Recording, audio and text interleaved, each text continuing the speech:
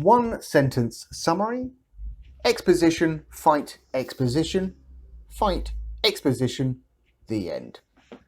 Good to beat the villain. The main characters in this don't even beat the zombie army, but they just kind of survive. So, could I beat the zombie army? Yeah, I could. Set them all on fire. Even if you haven't got a dragon working for you, these are kind of mindless, shambling ghouls. Burn them till they're ash. How do you improve this film? This is part of the Knights and Dragons triple pack, and they're in the wrong order. So I watched the first one on here, which I'll come on to it more in the next review, but it says Dragon Kingdom. So I watched that one first because it's also the first disc in there. And then that is Knights of the Damned, the one that comes before Dragon Kingdom. So who in their right mind put this together and has ruined my viewing experience? Because I know who's going to survive this film because I've already seen the characters in the next film. And I'll be honest, it kind of put me in a bad mood for the rest of the film, and this review possibly has suffered for it. Anywho, over and over again, we are told that originally there were 12 knights, and now there are only 3 knights on their quest to kill the dragon. The fact that after battling the dragon so many times, they haven't realised that they need to be like throwing spears at it instead of getting their swords and shields and trying to stab the CGI dragon. They all deserve to die, basically. The knights abandon their gear and horses on more than one occasion, and it's like, well, if you're a knight and you're, this is your only protection, this big shiny piece of armour and a shield and a sword, probably just don't leave it in the woods and go, frolicking for a bit. It's weird to me that the mermaids, or water demons, whatever they were, are never mentioned again. It's not even like we haven't seen those in the kingdom for many years. There must be something scary going on. So, that was weird. Maybe it's just an everyday thing. The geezer in the pub who appeared to be playing a modern guitar.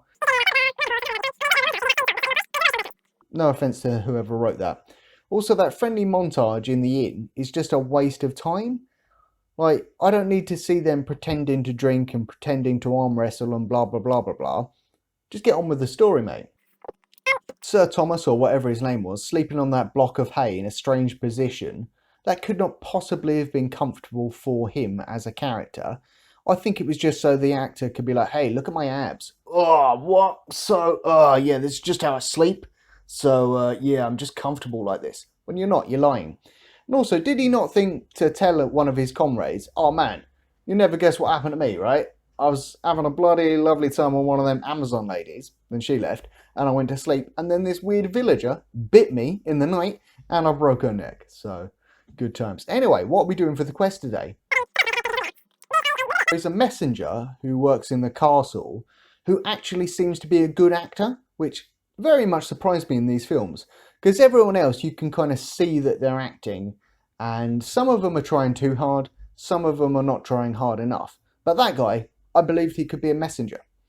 But this is a point against because he's the only good actor in the entire film. A lot of the dialogue in this film is like, I know that you know this because we're on the same quest, but I'm going to say it anyway. If you need to tell the audience what's going on, have an organic way to introduce it. Have a new character turn up and be like, hey, what's going on, guys? And I'm like, well, you don't know that we're all on this quest together. And instead of us talking together about the quest that we've been on for some weeks now, we'll tell you who doesn't know. The townsman and his lady friends. The townsman reappears in the second film that I saw first, and I hate him, but more on that later. They're in the woods. It's a thick lot of woods. There's trees behind them. Then they're in a clearing and a dragon is sneaking up on them. The other times we've seen the dragon in these films, it's like a jet fighter is going past. It's like a big whoosh with wings and fire and all sorts. And yet this dragon is a ninja, apparently. Prince Fabian, I think his name is, the evil brother. He's weird and incestuous and it's creepy. I don't like it. Having said that, he is chewing the scenery in these films for all that it's worth. There's a bit where he just like screams, everyone! And it was just crazy, like, calm down, mate. The camera often feels like it's in the wrong place in these films. There's one scene where it's in the castle and there's a character standing like here, and the camera literally goes as if either the actor's in the wrong place or the cameraman's in the wrong place, but they couldn't do another take, so just got to carry on, I suppose. So many inserted shots of zombies going bleh, bleh. And it's not even like the zombies then immediately jumps out and attacks someone. This is just, I suppose, to show there are loads of zombies in the woods. In this film, the Knights discover that the zombies don't take damage like a normal person, so their regular tactics aren't really working. And then at the start of the next film, which I saw first, the Knights discover exactly the same thing again. So don't waste my time, film. What's his name? Richard. I think it's Richard the Knight. He pretends to rip a tree out of the ground to use as a weapon. Okay, fair enough. He's a big, strong dude. Alright. But why is there no mud on the bottom of that log/tree that he's using? Should have thought of that film. And also, what happens to that guy's weapon? Every other fight scene he's in, he's doing bare knuckles, and then he's got a sword. And he's doing bare knuckles again, and he's got a sword. What's going on? Hated it.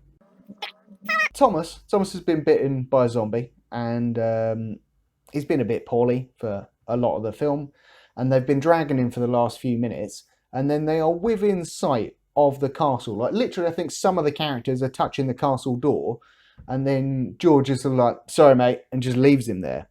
You're 15 feet away from the castle. At least drag him the rest of the way. Good lord.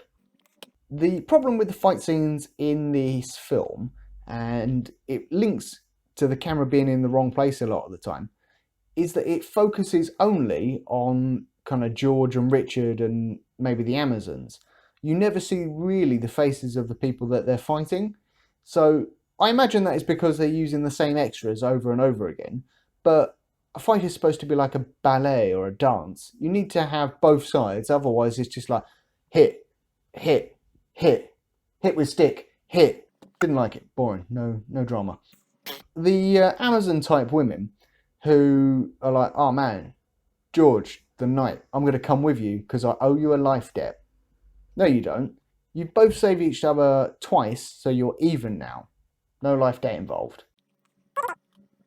Oh yeah, Zombie Thomas. Thomas has died. He's come back as a zombie. He's done some sword fighting and stuff. And then we see him again in a close-up. Why has he got his top off now? Who took the zombie's top off? It's weird. Which brings back to me, and we didn't even see like his sick cool abs or whatever.